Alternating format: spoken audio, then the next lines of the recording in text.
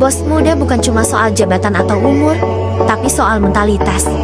Kamu harus siap hadapi tantangan, siap buat belajar dari kegagalan, dan tetap berdiri ketika yang lain memilih mundur. Kesuksesan gak datang ke mereka yang diam, tapi untuk mereka yang terus bergerak, terus berani ambil risiko, dan gak pernah menyerah.